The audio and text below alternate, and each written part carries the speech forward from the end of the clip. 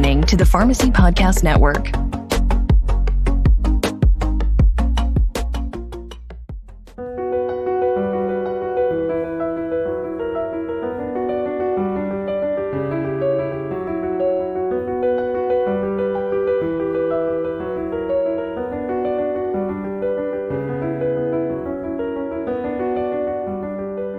Welcome to the Physician Pharmacist Podcast, a show designed to shed some light on a very unusual pathway into medicine. I'm your host, Nathan Gartland, and I'm a licensed pharmacist and second-year medical student. I'm also the author of PharmD to MD and the owner of the Physician Pharmacist Company. Most pharmacy students and professional graduates are aware of the possibility of going to medical school, but very few actually take the leap. We are here to unpack some of these details and open your eyes to the possibility of a career in both pharmacy and medicine. In today's show, we're going to cover many different milestones along the pharmacy to physician journey. We will wholesomely investigate the life of a pharmacy graduate, lessons from pharmacy residency, pharmacy fellowships, and teaching in academia, along with the decision to explore medicine later in one's career. We will discuss the outcomes of this transition and learn how to have a fulfilling career in healthcare. I'm very excited for our seventh and final episode of the Physician Pharmacist Podcast mini-series, where we will be interviewing Dr. Stephen Berk, a senior internal medicine attending with a substantial pharmacy history. Dr. Berk first began his journey in pharmacy at the University of Buffalo, where he graduated with his bachelor degree in pharmacy and underwent pharmacy residency training afterwards. He went back to school to continue his pharmacy doctorate education at the University of Chicago. And upon receiving his PharmD, Dr. Berk then continued his training in a pharmacy fellowship. He even spent some time in pharmacy academia teaching pharmacy students while balancing his clinical pharmacist responsibilities. After a few years, he was persuaded by a close mentor to continue his medical education at Stony Brook University in New York. He elected to complete a 3-year residency in internal medicine and has been attending ever since. Despite all his accomplishments, Dr. Berk has a true passion for learning and recently completed his MBA from Cornell University in New York as well. Quite a long introduction, but I'm happy to welcome Dr. Berk to the show. Hi, Nathan. Thanks. Good to be here. Yeah, thank you so much for taking time out of your busy schedule. I know you just told me you had a pretty busy day, but I just want to say thanks again. And I think you're going to have a lot of great stuff to share with our guests. Just based on this introduction, I think we have quite a bit to unpack in today's episode. And our focus is to learn what it takes to have a fulfilling career in medicine and how your pharmacy upbringing has made all the difference. While it's obvious you have strong roots in pharmacy, what caused you to pick the profession in the first place? Well, Nathan, I was an undergraduate student in college at the University of Buffalo, which is, I guess, where you're in medical school right now, isn't it? Yep, that's correct. Yeah, so I was just a typical college student. I wasn't sure what to study, what I wanted to go into, what I don't want to be when I grow up, etc. And I was, my father was an accountant, and he kind of encouraged me to go into accounting and maybe go into practice with him. And so I took some business courses, and I was always interested in math and science and healthcare. I, thought about, so I took math and science courses. And somewhere in my sophomore year, one of the people in the dorms I knew was a pharmacist, and Buffalo had a really good pharmacy school, and he was applying. And I thought I would just, apply. What the heck? I like math and science. I wasn't sure I wanted to work in the typical drugstore back at that time, but I thought it might be a good springboard and maybe go on to get a PhD in some sort of related field. So I applied to the pharmacy school and was accepted. And the next thing I knew, I was a third-year college student starting my first year of pharmacy school. Wow, that's incredible. And at that time period, the pharmacy curriculum was only 5 years. Right. So from what I understand, getting the pharmacy doctorate wasn't obligatory at that time period, or wasn't a mandatory component to the education process. So I'm curious to know, why did you choose to continue with that? I know you had a residency afterwards. Was that a major influence as well? Well, yeah, Nathan. Yeah, like I said, I was interested in all kinds of science and math and healthcare, and I thought I might go through pharmacy school and then go on to get a PhD in a related science. But while I was in pharmacy school, I saw PharmDs. I met PharmDs who were teaching didactic classes and in my clinical rotations, and I was very impressed. These guys were rounding with doctors and they seemed to be very well respected. And I thought, hey, I think maybe that's what I want to do. And I was working, I got a job in a pharmacy satellite at Erie County Medical Center. I don't know if you're familiar. It's a county health center in Buffalo, working in a pharmacy satellite, my last year of pharmacy school, up in the ICUs. And so I was a pharmacy technician at the time. I wasn't a pharmacist yet. And one of the pharmacists that I worked with was also moonlighting, and he was a PharmD student. And so I asked kinds of questions, and he advised me to do a pharmacy residency program first before thinking about going on to PharmD school. At that time, PharmD school was a 2-year program, a rigorous 2-year program. So you would go to pharmacy school, we would do undergraduate prerequisites would take 2 years, then you would apply to pharmacy school, and then that would be another 3 years. So I was in my 5th year of college, and you would graduate after 5 years with a bachelor's degree. It was the only degree I knew at the time that it would take a minimum of 5 years to earn a bachelor's degree. So in that, I was talking with this PharmD student, and he was saying, before you go to PharmD school, you might want to see if you like it. I would highly recommend doing a residency program in clinical pharmacy, or at the time it was hospital pharmacy. And I thought, okay, that's a good idea. And I applied for different residency programs, and it runs just like medical school residencies run now. There was a matching program, and you would apply to different programs, and they would offer you interviews, and then you would later on you would rank the one you wanted to go to first, second, third, etc., and they would rank you, and it all would go through a computer, and you'd come up with a match. You'd get matched somewhere, and I matched to the same place that this PharmD student, who, by the way, is now had a distinguished career at Buffalo, and I think now is a distinguished professor. His name is Gene Morse. I think he's a distinguished professor of pharmacy at the University of Buffalo. So if you ever run across him while you're there, please say hi from me. Absolutely. But he did this residency program at a well-known pharmacy program at the time in North Carolina at Moses Cone Hospital in Greensboro, North Carolina.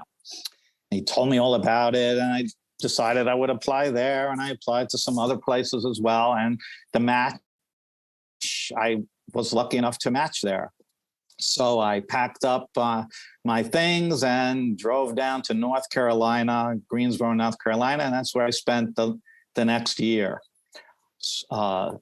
And yeah, so that, I believe, I don't even remember the question you asked me, but that was, I guess, how did I get into pharmacy? And then how did I decide to go on? And so that was the first step, was this residency in hospital pharmacy, where I learned a lot, I saw a lot, did a lot of clinical things, did a research project, and decided, I want to go to PharmD school. There was one of my mentors there by the name of Peter Gall, if I remember correctly, was also a PharmD graduate from Buffalo, and a pharmacokineticist, and he was really helpful in helping me decide to go to PharmD school and pulling off this research project I did. There was a drug interaction study between cimetidine, a brand new drug at the time, H2 blocker, and lidocaine, which at the time was given to all patients in coronary care unit to prevent primary arrhythmias and primary ventricular fibrillation. So anyway, did this, to make a long story short, did this research project, applied to PharmD school, and was looking for a program at that time. There were all these 2-year PharmD programs, and most of them you would do a year of didactic classwork and then a year of clinical rotations. Well, I came across this program in Chicago, and by the way, it's the University of Illinois in Chicago, not the University of Chicago. So at the University of Illinois at Chicago had this unique PharmD program where instead of doing a year of didactic and a year of clinical, you would do both right from the onset. So you would have clinical rotations in the morning and then classes in the afternoon, and then back to your clinical rotations after classes, and then home to study at night. So I liked that idea because I was already doing a lot of clinical stuff in my residency program in North Carolina. And so I thought, this sounds like the program for me. And I applied and I was accepted. So the next thing I knew, I was packing my bags and driving back north to Chicago. Wow. And I'm curious to know how many students in your graduating pharmacy class from your bachelor's degree actually went on to continue their education, because residencies in today's day and age seem to be relatively popular for a lot of pharmacy students. So I'm just curious, were you an exception? Were there a few other people who followed your pathway? Well, I don't remember how many. It was no more than a handful. There were actually two other residents that particular year. Two other people from my class in Buffalo also went down to this hospital, Moses Cone Hospital in Greensboro. So there were two of my classmates who actually joined me there, and then another person from West Virginia. And so I don't remember if there are any other people from my undergraduate pharmacy school class in Buffalo who went on to do residency programs. Wow. Don't remember. That's incredible. And so after you finished your PharmD program, you entered clinical pharmacy, you got a job. Can you tell us a little bit more about, the next steps in your career? The PharmD program was 2 rigorous years. And at that time, I was thinking about what I wanted to do after that. And one of the options was a fellowship. And while I was in PharmD school, I got very interested in cardiology as a specialty.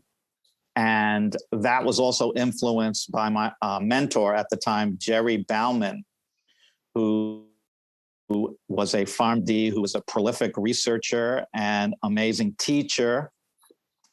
And because of him, I was really interested in cardiology. And he ran a cardiology fellowship at the time at the University of Illinois in Chicago. And I worked out a deal with him so that I stayed on for another year after I got the PharmD to do a fellowship in cardiovascular pharmacotherapy. Wow, that's incredible. Just more and more school. And then after the completion, I'm sure that was relatively rigorous. How would you compare your fellowship experience to your residency, or your PharmD experience? Well, there were no classes. It was all cardiology.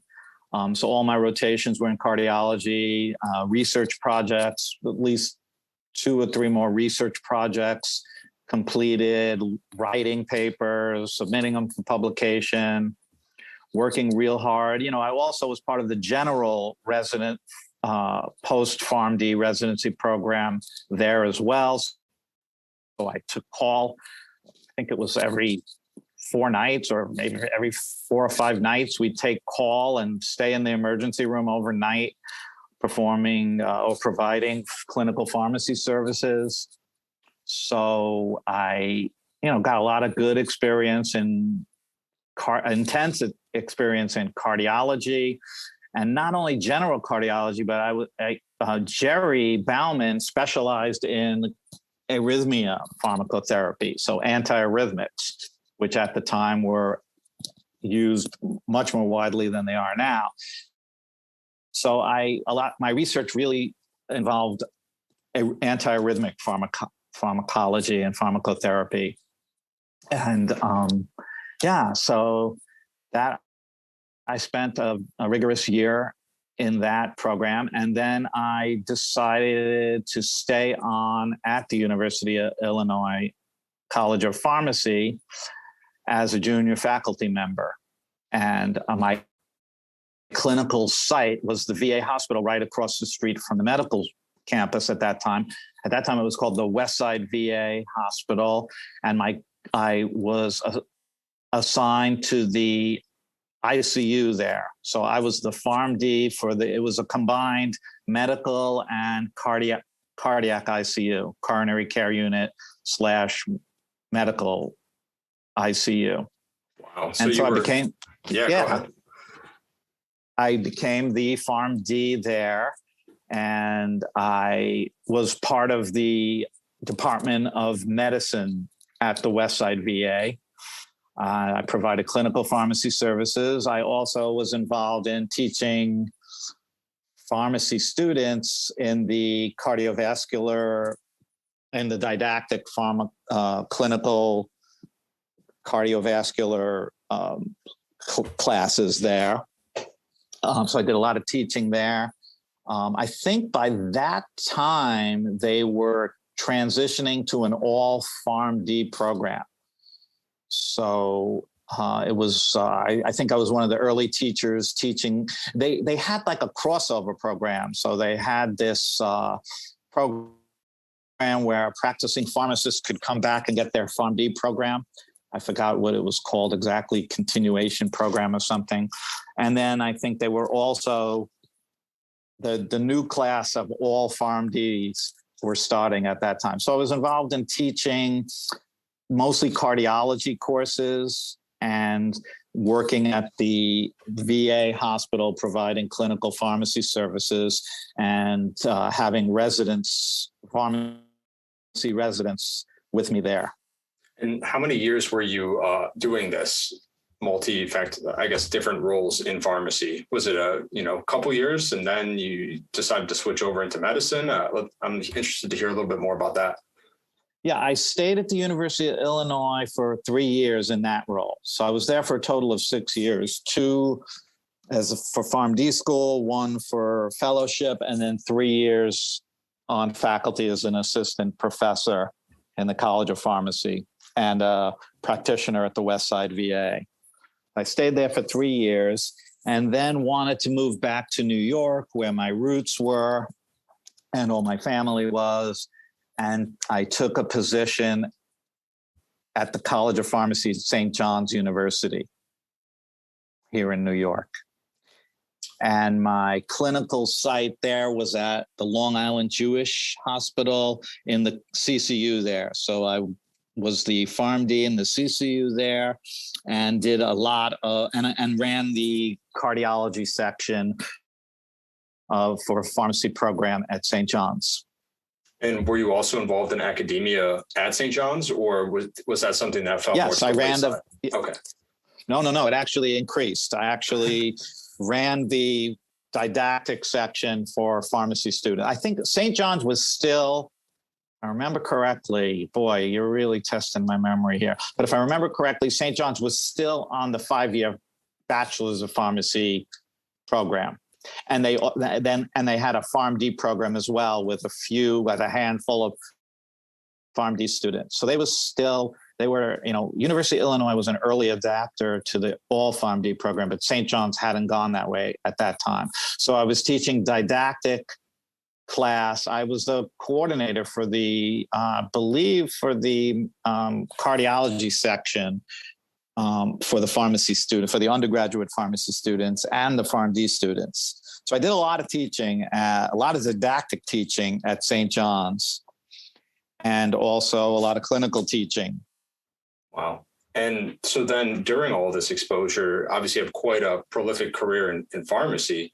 What started to interest you in medicine? And what caused you to start looking into a different specialty, considering you had such a robust career in pharmacy already? Well, yeah, the seed was there, and I have to go back to University of Illinois in Chicago at the Westside VA hospital I was telling you about. I became the PharmD not only in the ICU, but also for the Department of Medicine there. And there was this gentleman, an internist by the name of Clifford Pills, P-I-L-Z, may he rest in peace. And he was the chief of medicine at the Westside VA, and he was an old school doctor. You know, he was the kind of guy you trembled in your boots when you presented in front of him. Yeah, he was old school. And he took a liking to me. I worked really hard. He got me up, and I attended the morning report. Every morning, he ran a morning report for the medicine residents. And it was in a lecture hall, and he called people up to present cases. And I was the PharmD, and he would call me anytime there would be a pharmacology question. He'd ask me, and he would have these things called dingleberries. He would have these things where he would ask people these esoteric questions, and of course, nobody knew the answer. And he would say, well, tomorrow you'll know the answer. And you'd have to go home and study up on it and come up with an answer for the next day. So he would assign me all these dingleberries, and I would come back the next day with the answers as best I could. He took a liking to me. I would go to, after morning report, there would be you would go back to his office, and there would be all these leather couches, and each team on the medicine service would meet with him one day a week. And so we'd go into his office, and there was a team there, and there would be some of them nurses and other administrators, and you would go, and I would go to that every day as well. And so one day he asked me to present grand rounds on 2 occasions, which was quite an honor for a pharmacist at that time to be asked to present at medical grand rounds.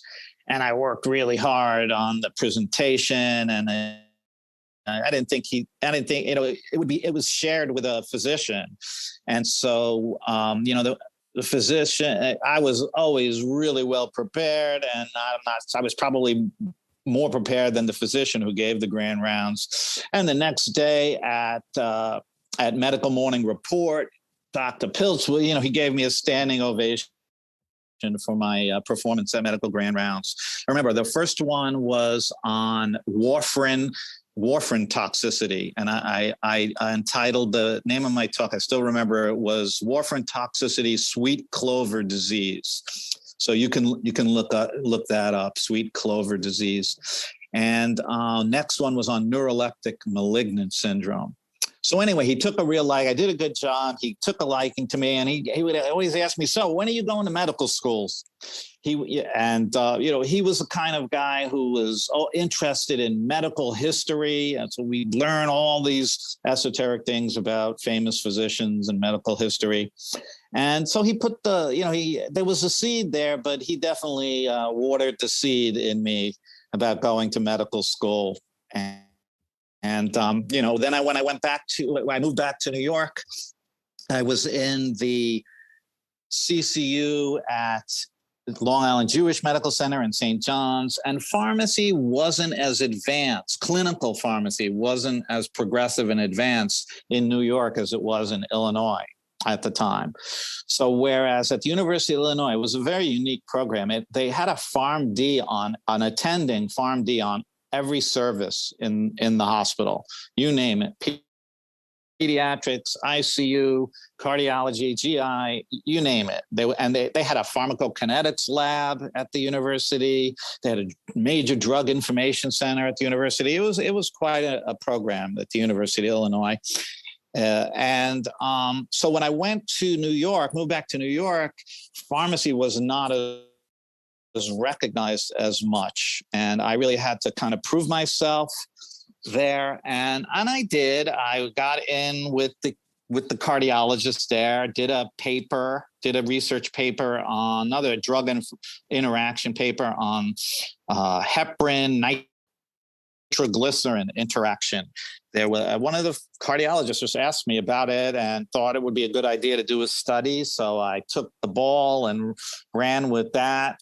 And it was a difficult study to do in a difficult setting, but I was able to pull it off. Got a paper published in the American Journal of Cardiology at the time. But also at least there was one pivotal resident. She was a rehabilitation medicine resident doing a rotation in the CCU. And she saw I was a little frustrated sometimes. And how it was difficult to break in with the cardiologist there. And she told me, I have a friend who was a PharmD just like you, and she got a little frustrated with it and decided to go back to medical school, and she loved it, and you should really think about it. And I was like, really? Really? Wow. Tell me more about it. And so I'm like, I thought about it, but I don't know, I didn't even know what to do. And she was like, well, first thing you got to do is take the MCATs, and it had been quite a while since I took organic chemistry and even just freshman biology, and I had never taken physics. I think you mentioned you didn't. I took one half for pharmacy school. I think I only had to take a half a year of physics. I never took the second part of it, so I had to. So she said, well, first thing you got to do is pass the MCATs, and you should enroll in Stanley Kaplan. And so I enrolled in Stanley Kaplan. I spent the worst summer of my life in the bowels of the Stanley Kaplan Center. At that time, it was all tapes. It was all audio tapes and books. And so you would listen to these audio tapes. You would take the exam. You go back to the audio tapes and review all the answers you got wrong. So I did that for an entire summer. And then I took the MCATs and I did reasonably well. I guess well enough to get into medical school. And so I got it. I was accepted to medical school in Stony Brook, which was near my home. And by that time, I was married and didn't want to move. So I thought, this is great. I'll just stay here. And I had to take I was accepted contingent on passing the second half of physics, which I did at a local community college. And that was not a big deal. And next thing I know, I was enrolled in medical school. Wow. And I'm glad you brought up the prerequisite with physics, because that seems to be a big problem for a lot of pharmacy students that I work with just in today's current day and age. Right. Exactly. So making sure that they have their entire application ready to go, but then, oops, I forgot to take physics, Right. So that can be problematic for some. So I love that. But so that started your career into medicine. You had a lot of mentors, and the change in practice setting kind of gave you the spark to transition and try it out. So I'm curious to know, how was your experience in medical school, and how did it compare to your pharmacy training? Because you had already been a practicing pharmacist operating basically at the top of your license. Right. Well, medical school was obviously rigorous. I loved it. I devoured it. When you can apply things that you're learning to past experiences, it makes the learning so much easier and more interesting. So having that experience was great. A lot of it was easier for me than my traditional medical school student classmates, because I was learning most of it or a lot of it for the second time. But, every time you learn something, we all learn by repetition. And every time you repeat the learning, you take it to a new level. So I think when I was studying in medical school, it was easier for me. And I think some of my classmates were a little either jealous or intimidated. But, I took it to a new level. Every time I read something I had already learned about and seen in practice, it just meant so much more to me, and I was able to dig deeper into it.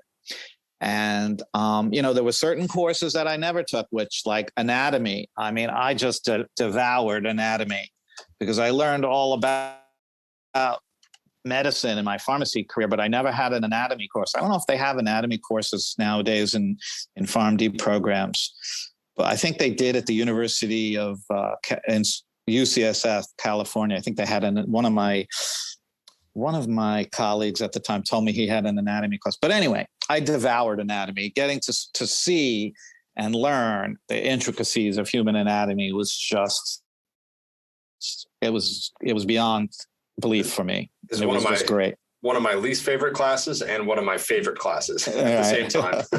Right. And you're right. Not having that background definitely was another challenge compared to some of my other courses that I'm experiencing right now. And a lot of medical students or other PharmD to medical school students that I've worked with also have like the same kind of complaint. So it's very interesting. And I'm curious to know, so obviously as you progressed through medical school, you enjoyed it, you enjoyed how much time you were, investing in studying and learning new material. How did you end up on internal medicine? And I'm curious to know, because you mentioned cardiology was a big interest of yours. What happened with that? And I guess why did you settle for, not necessarily settle, but why did you select internal medicine? Well, I just loved everything. I loved surgery. One of my best rotation in medical school was surgery. I couldn't believe it was so, I was just awed by surgery and really, took to it. And my teachers and the surgery residents and people I work with, saw my interest in it. And, like they do with everybody in medical school, they try and get you to go into their specialty. And they were like, you should go into surgery. Surgeons are the best doctors. And I believed it. And I really wanted to go into surgery. But at the time, I was already older and, I had a family. My first daughter was born in my 4th year of medical school. So you have to balance your home life with your career. And at that time I thought, and of course, internal medicine was my love to begin with. So, and I had always had every intention of going into internal medicine. So that was it. I actually thought I was going to go into cardiology at the time I applied for residency. You need to do internal medicine before you do cardiology. Mm-hmm. So I went into internal medicine with the idea I probably would go into cardiology afterward. Yeah. Interesting. And yeah, it makes sense. Life kind of takes over and you have to find that work-life balance of, do I really want to spend another 10 years in the OR versus, being an attending after 3 years of residency training and still getting to enjoy your life outside of medicine. So I think that's also an important consideration. Yep. So now that obviously you've been attending for, and correct me if I'm wrong, this is you're approaching your 28th year as a practicing physician. I've been here in my current job. It'll be 24 years in July, and then 3 years of residency. Yeah, so I've been a physician for 27 years. 27. And I guess my question for you is, does anything surprise you anymore? Yeah, I'm not sure. I mean, nothing really surprises me. Awesome. Nothing really surprises me. I mean, I guess you could say the COVID epidemic or pandemic, was a surprise. I never thought I'd see anything like that before. So the pandemic was probably and it's so recent too. But exactly. that was surprising. The extent of the pandemic and the amount of changes in the world and medicine was just mind-boggling. Yeah. Wow. And I guess, would you be able to reflect then on how much healthcare has changed as a whole since the start of your training? I think it's just fascinating to see how technology and research has brought so much forward with medical care. Can you think of a particular innovation that really changed medical practice forever? I mean, there are so many. I've seen so much come and go. I mean, all the meds we use now, most of them weren't around when I when I started out in pharmacy school. Yeah, all these classes, I think I mentioned cimetidine, back then that was a breakthrough medicine. The histamine 2 blockers were breakthrough back then. It was, I remember working in that satellite I was telling you about in Erie County Medical Center. All we had were liquid antacids. I remember like packing, patients who were in the ICU they were prophylaxed for stress ulcers. And it was a nurse would have to give a dose of Maalox or Mylanta, like via an NG tube every 2 hours. I remember like all those antacid cups wouldn't fit in the patient drug box. So that was like huge. I mean, that was like the breakthrough histamine blockers, a pill that you can take that actually, treated a peptic ulcer disease. All of the blood pressure medicines that we use now, all the classes. I remember verapamil. One of the studies I did as a PharmD student was in verapamil, a sublingual form of verapamil with Jerry Bauman. And that was interesting. I got to learn. I collaborated with pharmaceutics professor, developing this sublingual verapamil to be used to treat acute episodes of paroxysmal supraventricular tachycardia.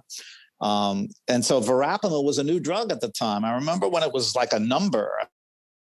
I was reading research papers, and there was this new class of calcium channel blockers, which was just a number. So the ACE inhibitors didn't even exist at the time I was a pharmacy student. I remember going to this gala affair put out by the pharmaceutical company in Chicago when this breakthrough new class of drug called ACE inhibitors, and captopril was the first of the kind. And, that was a breakthrough. Much less angiotensin blockers and all the new categories of antihypertensives. So that was new. And then another thing would be like the antiarrhythmics. I spent a year of my life studying antiarrhythmia pharmacology and spent time researching. I spent time looking over files in the basement of the medical school in Chicago, dusting cobwebs off of these old files of studies, of electrophysiologic studies that were done to evaluate a new drug called amiodarone at the time.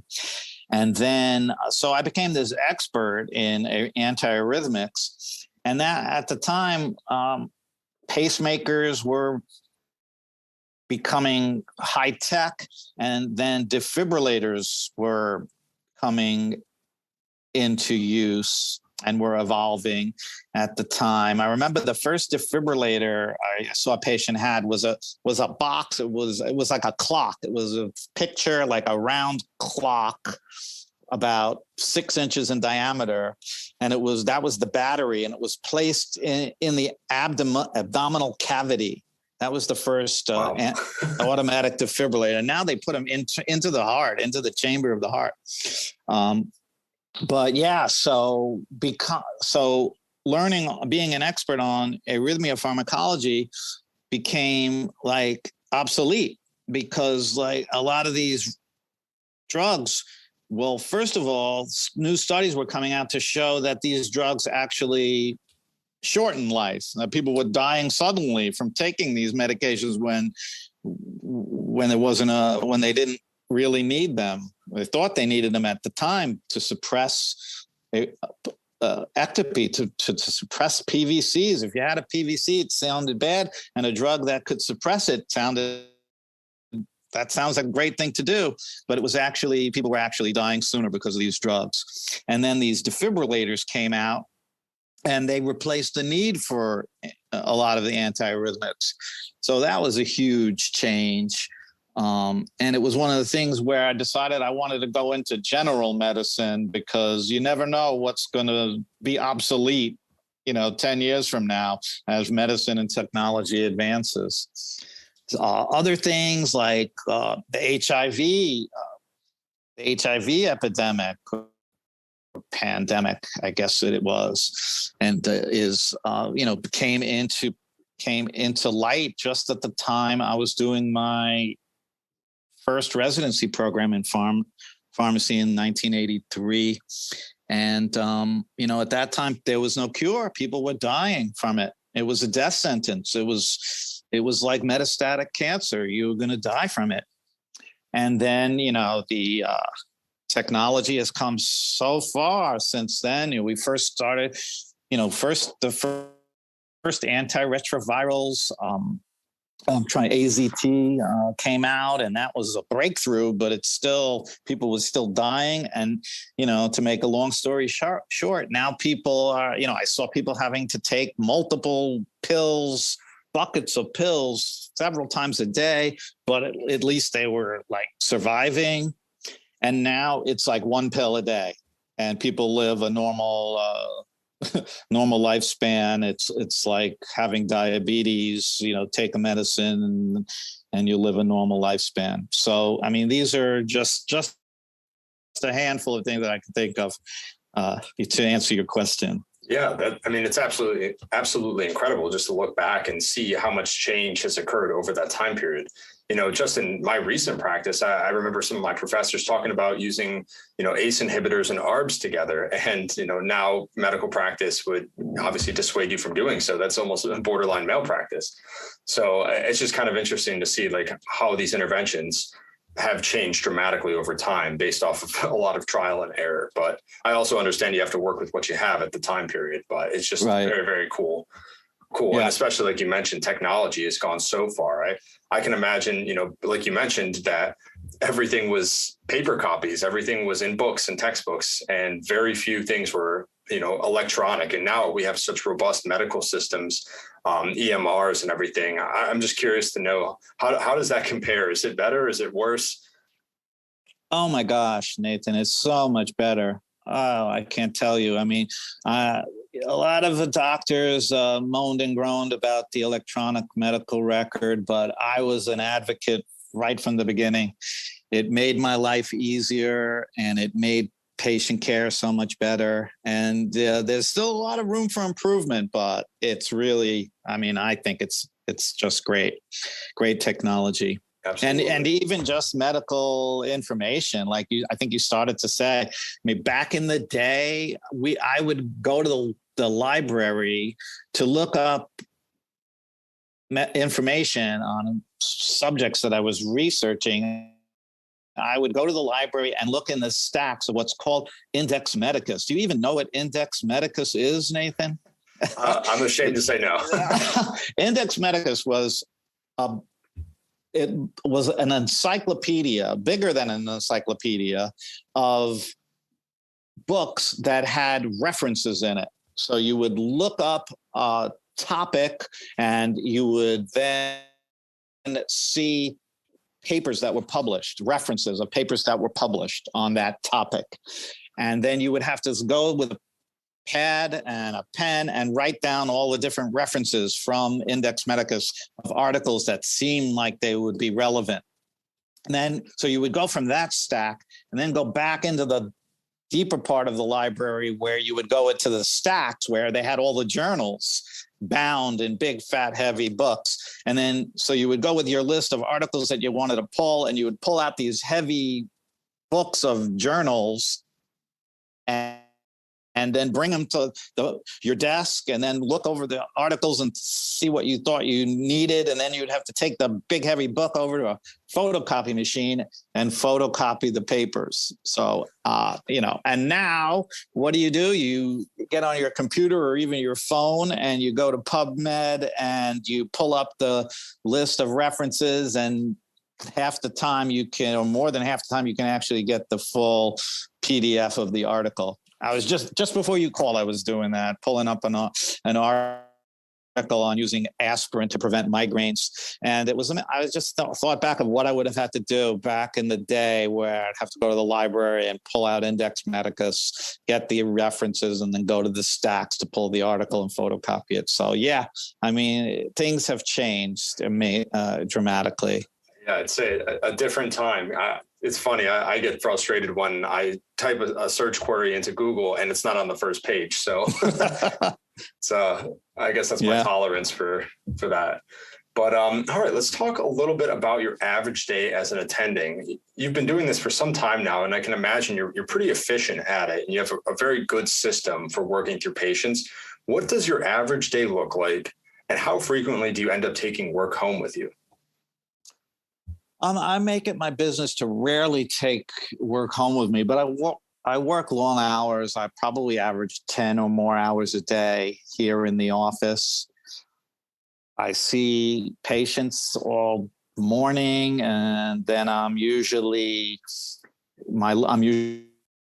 eating my lunch while I'm answering messages and writing prescription refills, and then I go back to see afternoon patients, and then I come back to my office again to finish up on all the messages that have accumulated throughout the day.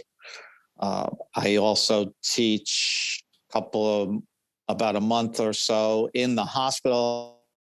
I go back to the hospital for a month or so, and I am a ward attending on one of the medicine services. And then there I would go make morning rounds with the team, see all the new patients, see the old patients at the bedside, then usually come back to my office in the afternoon and see my own patients. And, the residents would call me and keep me updated on things. Back when I started this job, I would admit my own patients to the hospital. For like the first 16 years when I was here, any of my patients would get admitted to the hospital, I would be the admitting physician. So I would be admitting them. I would be called from the emergency room. So-and-so is here and needs to be admitted. Or I would send patients from my office to the emergency room for admission. And so I would be making rounds either early in the morning or after my day in the office. I would go see my patients in the hospital. And then slowly but surely, the hospital hired more and more hospitalists, and the whole hospitalist movement took over. And I no longer admit my patients to the hospital, which has made my life a lot easier, or at least less hectic. But I miss it. I miss seeing my patients in the hospital, and my patients for sure would rather me be taking care of them in the hospital than a strange hospitalist. So that's pretty much my day. I do have first-year medical students here for intro to clinical medicine. Monday afternoons, I have a first-year medical student. I also teach there's a MD PhD program here at Einstein Montefiore, and the MD PhD students, after they do their first 2 years of medical school, then they go into the lab for 5 years. And so to get their feet wet before they go back for their last 2 clinical years of medicine, they have this clinic that they run at Jacobi Medical Center, which is part of this whole Einstein Montefiore campus. And so I precept there on Thursday evenings, trying to get these MD PhD students back up to speed to go back onto their clinical clerkships. Wow. So it seems like that was actually going to be my next question was, are you still planning on doing, teaching and staying in academics? And it sounds like you're doing your part. Have you ever considered going back to teaching full-time at any point, or do you just love the clinical side of medicine so much? Well, I do a lot of teaching. I do the month of wards. I do some first year medical student teaching and the MD PhD teaching. I also do some noon conferences on certain topics for the medical students and house staff.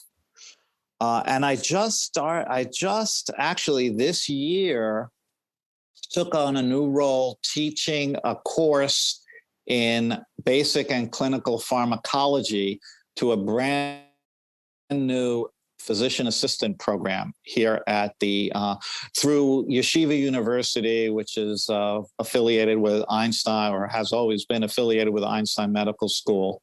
And so, I'm the founding lecturer in basic clinical pharmacology to this PA program. Actually, tomorrow's their final exam for the year. I developed and implemented a whole course in clinical pharmacology, 24 lectures. Each lecture is 2.5 hours and exams. And it was a lot of fun. Went back, I had to reread Goodman and Gilman. Do they still have Goodman and Gilman in pharmacy school? I hope so. Yeah, I think so. It sounds familiar, but it slips my memory at the time being. Yeah, it was back when I was a pharmacy student in Buffalo. I mean, it was the Bible, Goodman and Gilman's Pharmacological Basis of Therapeutics. And so I used that as one of the 2 textbooks in this pharmacology course. And I had to go back and reread it probably more than probably the second or third time now. And of course, like I said before, every time you learn something again, you take it to a new and deeper level. So when I'm reading Goodman and Gilman now, preparing for these lectures, I have like many decades worth of clinical experience to relate it to. And I try to teach that in the class. So to try and make the class a little less boring for these students, it's a 2.5 hour lecture. I try and incorporate a lot of my clinical experience when talking about the drugs and pharmacology that we're talking about. I tell them stories about how this applies to a patient I have or I've seen. Yeah. I'm sure they love that too. It keeps them awake and it reminds them of, this is why this particular information is important. And this is how it relates to clinical practice and changing patient lives. So I love that. Yeah. And I also noticed, and like I mentioned in the start of the show, you obtained your MBA recently. And I'm curious to know, what was your rationale for further adding to your long list of credentials? And I'm especially curious just because I'm considering getting my MBA at some point as well down the line. Yeah. Well, for me, it was insanity. No, I'm just kidding. It was a great 2-year rigorous program. I would highly recommend it if you have the grit, which I know you do, Nathan, because I see the incredible efforts you're making, not only going to medical school, working part-time as a pharmacist, and doing this whole venture into the pharmacy medicine interface. So I applaud you for that. And, thank you. Why did I go into, I was kind of just sucked up into it. I was wanting to get more involved in more administrative things. I practice on a micro level now, and I was thinking about using my, decades of experience in healthcare on a more macro level. And I was exploring ways in which I could do that. And I thought, an MBA, my younger daughter was a business student at the time, and a business major in college. And she would ask me to help her on some of her papers and projects. And I would read some of the papers and helped her on it. And I was like, wow, this is interesting, this business school stuff. And I thought, it would really be useful to apply to my medical career. So I started just looking into programs, not even serious about it, half serious about it. And I came across this program, this brand new program through Cornell, which was a combined MBA and Masters of Science in healthcare leadership. And the MBA was geared towards healthcare. And all the students are, half of them were physicians. The other half were either allied healthcare providers or in some management or business or industrial business of healthcare.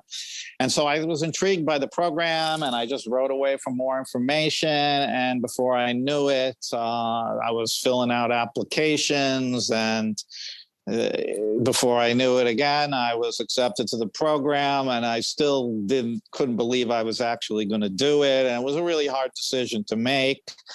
But it was just sort of the momentum was there, and I got excited about it. And before I knew it, I was enrolled in this program. And like I said, it was hard work. I kept my day job. I kept my full-time medical practice, and the classes were all on weekends and studying in the evenings.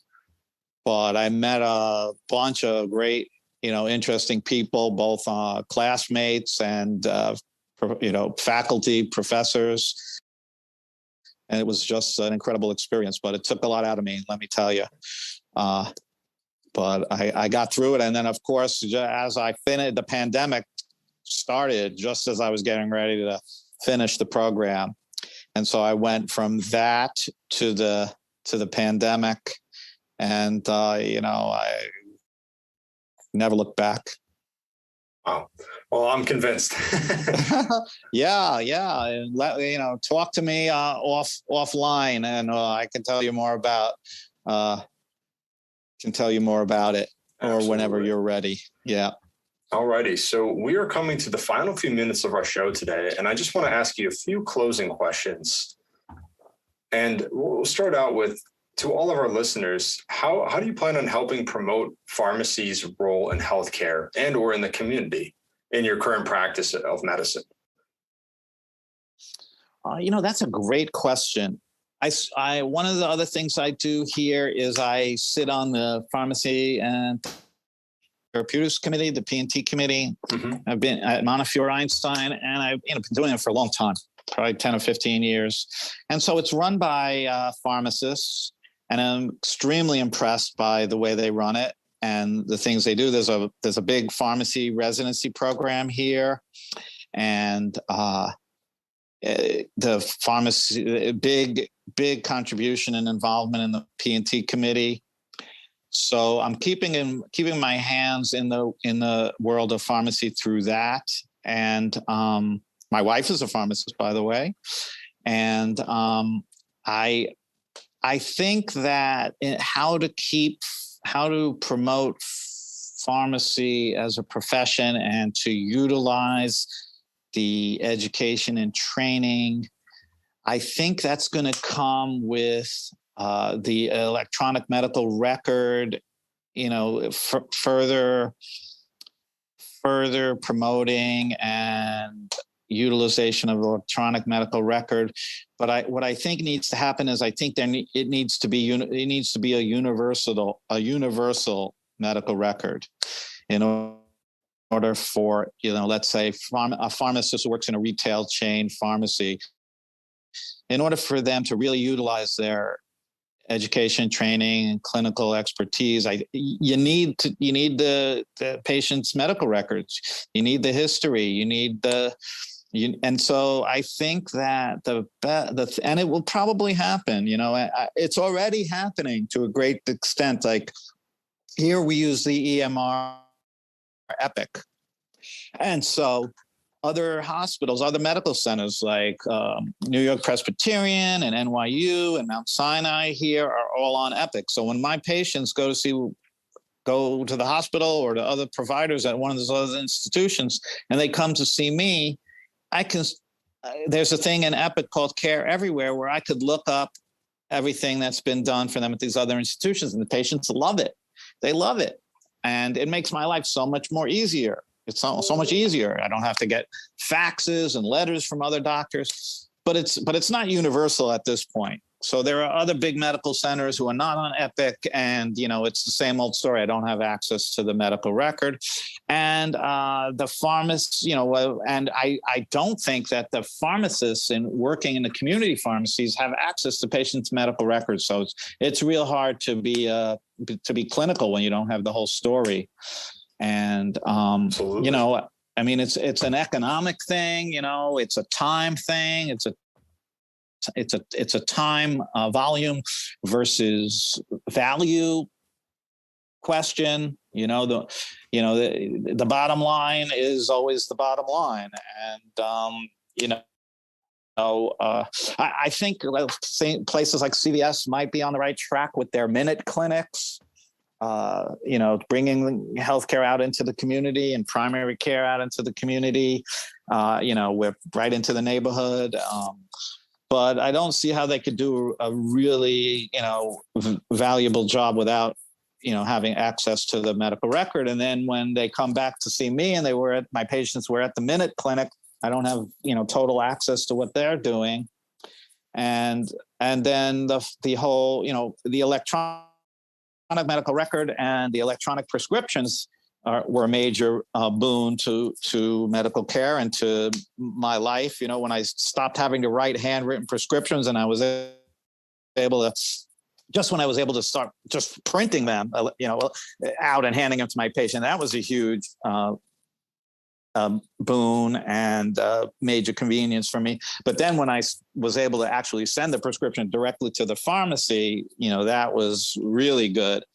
But the problem is that, I don't have access to the pharmacy's electronic medical record. So I can't see what refills my patients have picked up and what they haven't picked up and what they're taking and what they're not taking and what other doctors from outside institutions may be prescribing. So exactly. Once we get the medical record universal, and it's a two-way street, the pharmacist can send the prescription renewal request directly to the provider through the electronic medical records. That would be great. Yeah, and absolutely. The other thing, one last thing, I know we're running out of time. One last thing I think that pharmacists can do to really, create value for healthcare is to somehow get involved in medication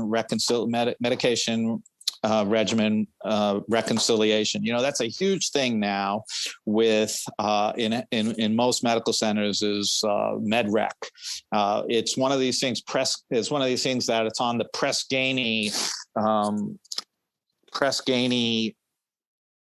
review. Patients are asked, when patients say, "Oh, you just went to Dr. Jones, and how did he do? And was the staff helpful? And did they ask you about your medications?" Mm-hmm. And so that's like one of the boxes that medical administrators have to check off. Did the patient, did they ask you about your medication? So now what they do is they have all the providers everywhere making sure that they ask the patients about the medication. But of course, providers are so busy, and, in the electronic medical record, it's easy to just click a box and say, yeah, I reviewed the patient's medications,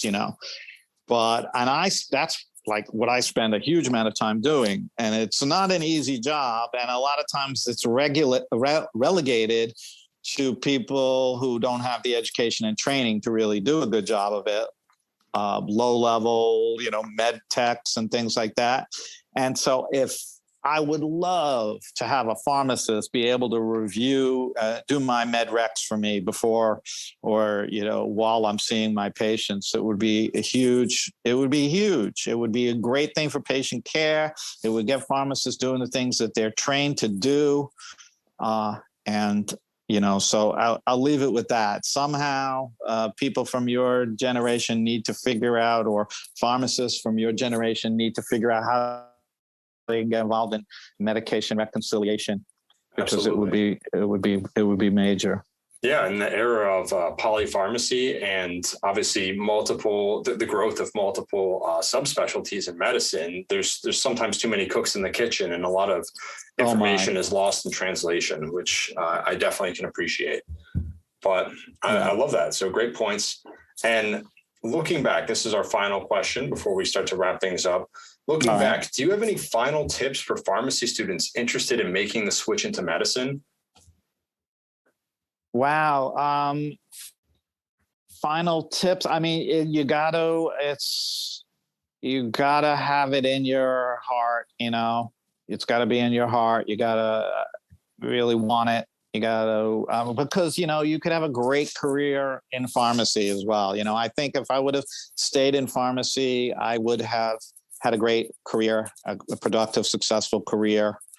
But I think for me, not for everyone, but for me, there would have been something missing. I would have always thought, what if I would have went down that route? And I think I probably would have always thought, what if I would have been a provider, a physician, who could prescribe the medications and, really have the full, the whole thing, the whole bag of tricks and medical education. So you got to want it, got to love it.